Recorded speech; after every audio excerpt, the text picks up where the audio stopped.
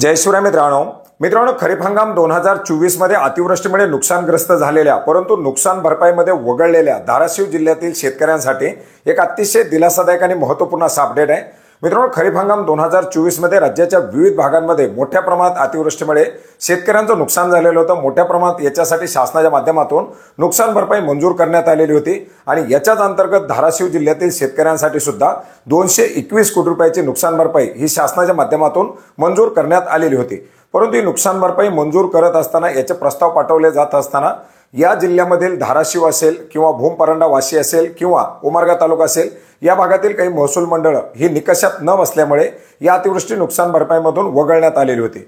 मित्रांनो, एकंदरीत आपण जर पाहिलं तर 65 मिलीमीटरपेक्षा जास्त पाऊस अशा प्रकारची नुकसान भरपाईसाठी अतिवृष्टीसाठी एक अट ठेवण्यात आलेली आहे। एवढी नुकसान भरपाई जर झाली किंवा 24 तासांमध्ये 65 मिलीमीटरपेक्षा जास्त पाऊस झाला तर ते महसूल मंडळ अतिवृष्टी नुकसान भरपाईसाठी मंजूर केलं जातं। अशा प्रकारचे काही निकष लावले जातात।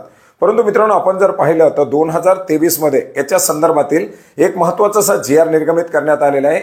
23 जून 2023 च्या GR नुसार राज्यामध्ये जर एखाद्या महसूल मंडळामध्ये सततच्या पावसामुळे शेतकऱ्यांचं नुकसान झालं तर त्या शेतकऱ्यांना देखील नुकसान भरपाई वितरित करण्याची तरतूद करण्यात आलेली आहे। आणि मित्रांनो, याच तरतुदीच्या अंतर्गत या जिल्ह्यामधील जे काही महसूल मंडळामधील शेतकरी वगळण्यात आलेले आहेत अशा शेतकऱ्यांचा देखील या नुकसान भरपाईसाठी समावेश करावा अशा प्रकारचा पाठपुरावा तुळजापूरचे आमदार राणा जगजितसिंह पाटील यांच्या माध्यमातून करण्यात आलेला होता आणि याच अनुषंगाने विभागीय आयुक्त यांना देखील याच्या संदर्भातील काही प्रस्ताव पाठवण्यात आलेले होते। याच्यासाठीचे निवेदन पाठवण्यात आलेली होती। मित्रांनो, याच अनुषंगाने विभागीय आयुक्त संभाजीनगर यांच्या माध्यमातून आता अवर सचिव महसूल विभाग महाराष्ट्र राज्य यांना या बैठकीसाठीचं एक पत्रक देण्यात आलेलं आहे, याच्यामध्ये काही निकषामध्ये जर बदल केले तर शेतकऱ्यांना याच्या माध्यमातून दिलासा मिळू शकतो आणि याच पार्श्वभूमीवरती एक महत्त्वाची अशी बैठक आयोजित करावी अशा प्रकारची मागणी याच्या माध्यमातून करण्यात आलेली आहे। मित्रांनो, एकंदरीत आपण जर पाहिलं तर 2023 पासून सततचा पाऊस ही नॅचरल कॅलॅमिटी अर्थात नैसर्गिक आपत्तीमध्ये समाविष्ट करण्यात आलेली आहे।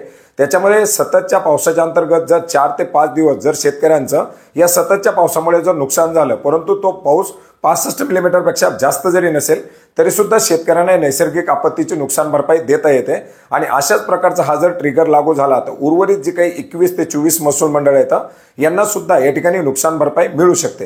मित्रांनो, हा फक्त पाठपुरावा धाराशिवचा झालेला आहे, त्या अनुषंगाने धाराशिवसाठी बैठक आयोजित करण्यात आलेली आहे। परंतु राज्यामध्ये बरेच सारे असे जिल्हे आहेत ज्या जिल्ह्यामध्ये अतिवृष्टी झालेली नाही किंवा 65 मिलीमीटरपेक्षा जास्त पाऊस झालेला नाही परंतु सततच्या पावसामुळे मात्र पिकांचं नुकसान झालेलं आहे, ज्याच्यामध्ये अमरावती विभागातील बरेच सारे जिल्हे आहेत। याचप्रमाणे आपण जर पाहिलं तर उत्तर महाराष्ट्रामध्ये सुद्धा तशाच प्रकारची काही जिल्ह्यामध्ये परिस्थिती आहे।